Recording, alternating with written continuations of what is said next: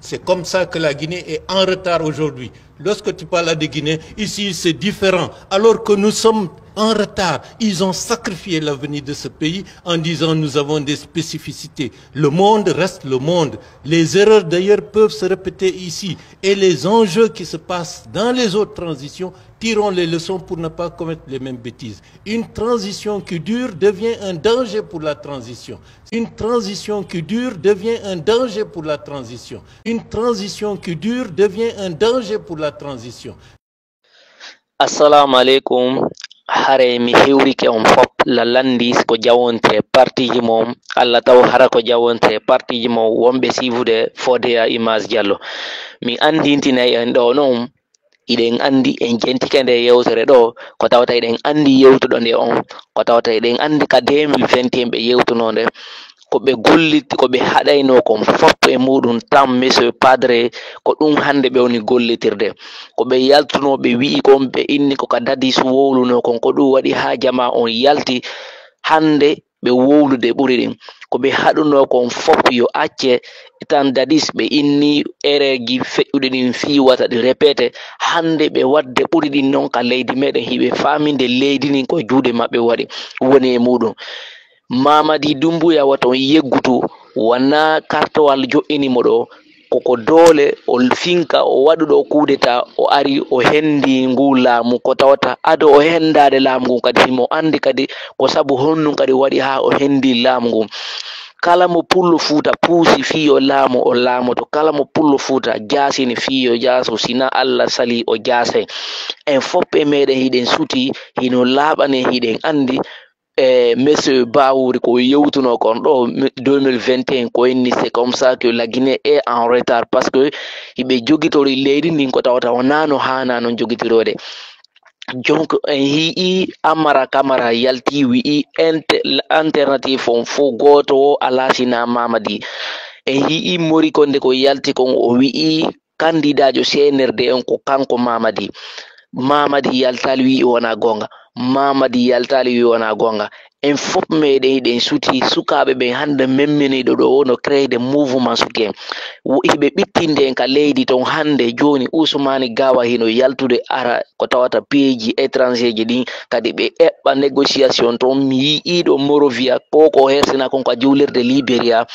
ɓawto ɗum o waɗi négociation ya o henditike ɓen waɗunoɓe on guerre ɗon ɓe jooɗike hande kadi ko ɓen non tigiri woni waɗande mo bureau exécutif ko tawata fi Seragon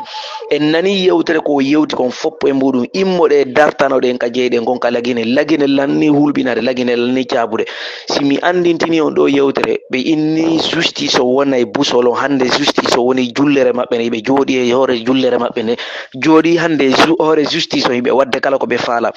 ɓe inni guinejo goto waretake fi politique par ce que ko politique kinɗe gila yeeso accuɗe imanu men go accuɗe teddugal men ngal ko ɗum waɗi sukaɓe no wareɗe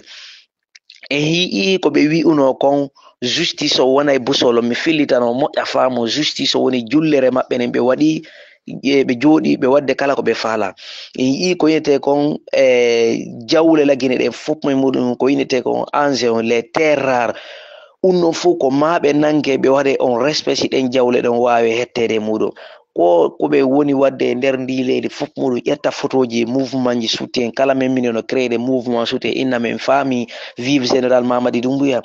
ko ukkugol ɓe erreur ukkugol mo erreur ha hande en nanali Mamadi no yalta si o aroye ɗo si tawi wayi sofi en ɓittinimo ɗo ha ɓayle meɗen andi jama on no jokki faamuɓe ɓen hino jokki ɓe famali ɓe no inude ɗo kañum faami ko wallahi ɓe nisay ɗum ɓe nisay ɗum waturiɓe ɗumanni ɓe nisanay ɗum mi andintina en ɗo hunde wotere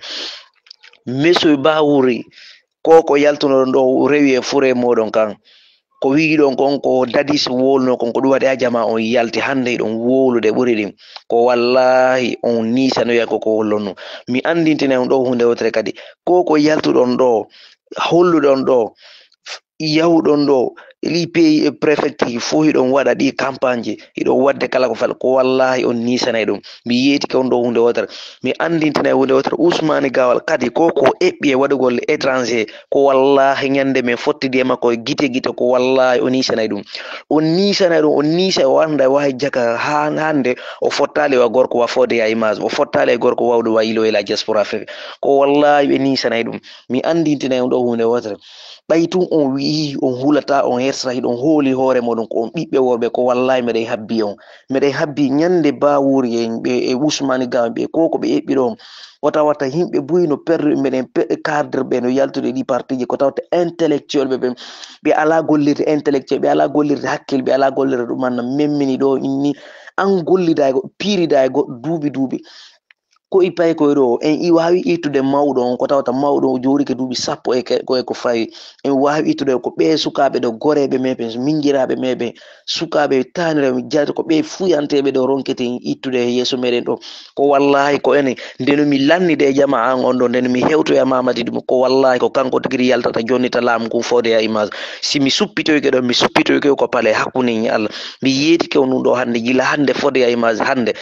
on mare moƴƴam manito ɗon si tawi wawi ɓe respectali konngol maɓɓe ngo ko wallahi nde mi gaynide e jama amen ka partiji ga nde mi hewtoyaɓe toon ko wallahi nde mi hewtoya CNRD ɓe jonnita e laamu ngu ɗum mi yewtike on ɗo hannde par ce que ɗi propagande ji ɗi jokkuɗon ɗo ɗi cuuɗi mum ɗi wonno sohdude ɗo étranger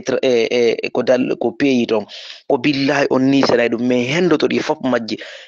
majji min wawa wattude juuɗe peuple on